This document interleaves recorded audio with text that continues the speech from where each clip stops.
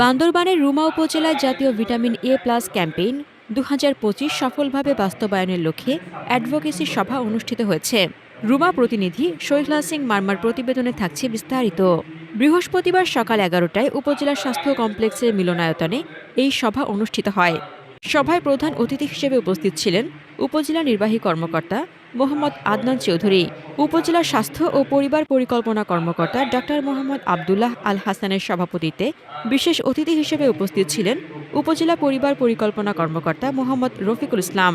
এছাড়াও স্বাস্থ্য বিভাগের কর্মকর্তা, কর্মচারী ও স্থানীয় জনপ্রতিনিধিরা এতে অংশ নেন। আগামী ১৫ই মার্চ জাতীয় ভিটামিন এ প্লাস ক্যাম্পেইন উপলক্ষে উপজেলা স্বাস্থ্য ও পরিবার পরিকল্পনা কর্মকর্তা ডাক্তার মোহাম্মদ আবদুল্লাহ আল হাসান জানান, ৬ মাস থেকে ১১ মাস বয়সী ৯৩৮ জন শিশুকে নীল ক্যাপসুল এবং ১২ মাস থেকে ৫৯ মাস বয়সী ৪,৮৪০ জন শিশুকে লাল ভিটামিন এ ক্যাপসুল খাওয়ানো হবে। তিনি স্থানীয় জনপ্রতিনিধি ও সংশ্লিষ্ট সকলকে ক্যাম্পেইন সফল করতে সহযোগিতার আহ্বান জানান। ডক্টর আবদুল্লাহ আল হাসান আরও বলেন, ভিটামিন এ ক্যাপসুল শিশুদের জন্য অত্যন্ত গুরুত্বপূর্ণ।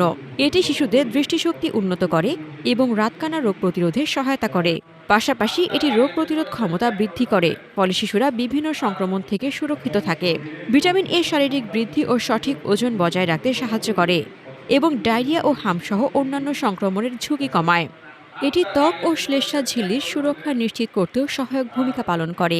তিনি অভিভাবকদের উদ্দেশ্যে বলেন, শিশুদের স্বাস্থ্য সুরক্ষা ও সঠিক বিকাশ নিশ্চিত করতে নির্ধারিত তারিখে অবশ্যই ভিটামিন এ ক্যাপসুল খাওয়ানো জরুরি। এজন্য তিনি সকল অভিভাবককে তাদের শিশুকে ক্যাম্পেইনে নিয়ে এসে ক্যাপসুল খাওয়ানোর জন্য আহ্বান জানান।